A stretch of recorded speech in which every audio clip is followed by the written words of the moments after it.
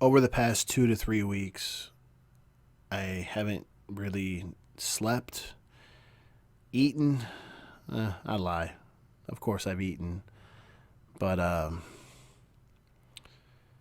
it's been rough.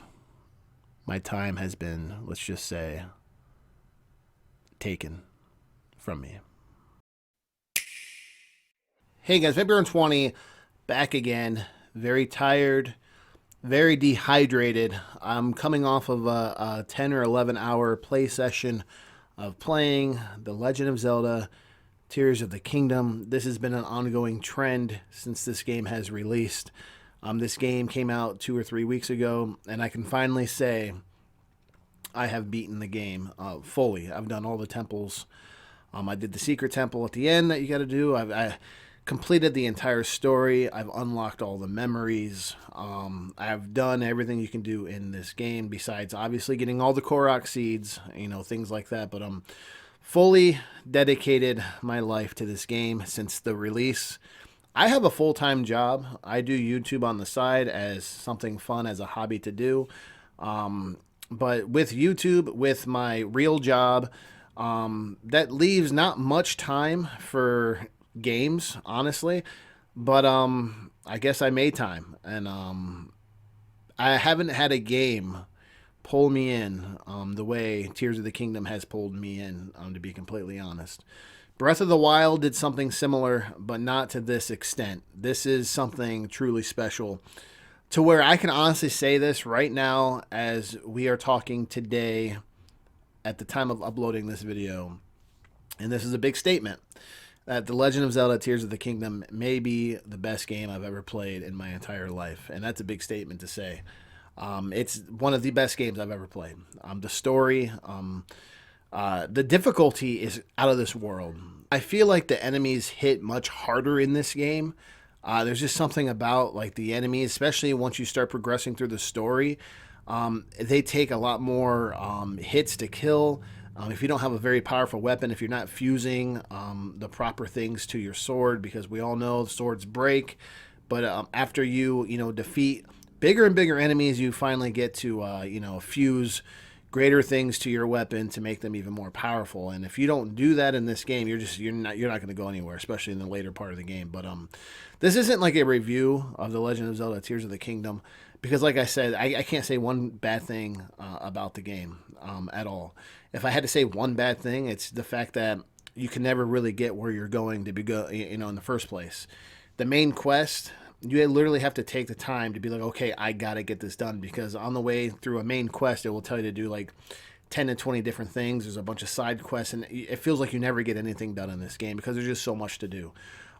So for the last 2 to 3 days, I made a goal of mine to just do story stuff, and I'm like, okay, the Koroks, the side quests, people getting their help from me has to stop right now. I got to put that on the back burner, and I want to actually see how the story progresses, because my God, this story, it's one of the best stories yet, in my personal opinion. It's really well done. I felt like I watched 4 movies playing this game, and I'm not joking.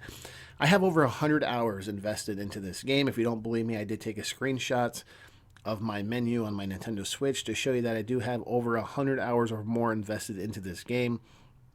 Yes, I finally fully beat the game, saw the credits roll. Definitely keep watching after the credits. I guess we're watching a Marvel movie after all, because there are cutscenes afterwards. But the story is really fleshed out, and you can really discover the story your own way. You will discover certain things as you progress through the game.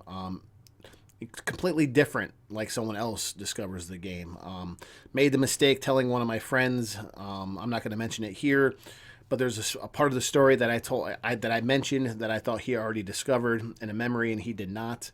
He was very upset because I ruined it for him. But you just got to be careful when you're playing this game. There's other people playing the game that you got to be careful what you say, because you don't want to ruin the story for them. So this is going to be spoiler free. I don't want to tell anyone about the story, but it's a great story. It's something you really got to experience for yourself. I'd be a liar if I told you there wasn't times in the game where I got stuck and I got very frustrated, to the point where I was like, I got to put this game down, or I looked up a walkthrough on certain things just because I wanted to progress. And like I said, I work a job. I don't got time to put, you know, as many hours as somebody else that doesn't have like a full time job and stuff like that and supporting a family. So I I did look at some walkthroughs to get through certain areas, not all areas, but some areas. And I don't regret it. I really don't. Obviously, there was a glitch in this game where it can duplicate items, and I'm going to be honest. This game is so hard. If you actually do everything in this game and do all the temples and do all the boss battles and do everything you're supposed to do in this game to discover the entire story, I'll be honest. It would have took a lot more than 100 hours in order to farm up to get powerful enough to beat some of these enemies, in my personal opinion. So I'm actually thankful for that glitch because it took me over 100 hours with duplicating certain things. And if I didn't have that glitch, my God, we're talking probably 200 to 300 hours at least, in my opinion. I don't know, but I don't know. This has been a lot of fun for me. Best game, definitely going to be game of the year, and my personal opinion. Leave a comment below. Let me know, do you agree or disagree? But this is by far, hands down, game of the year. Best game I've ever played in my entire life. That's pretty much all for now, guys. And as always, there'll be more to come shortly, guys. Thanks again.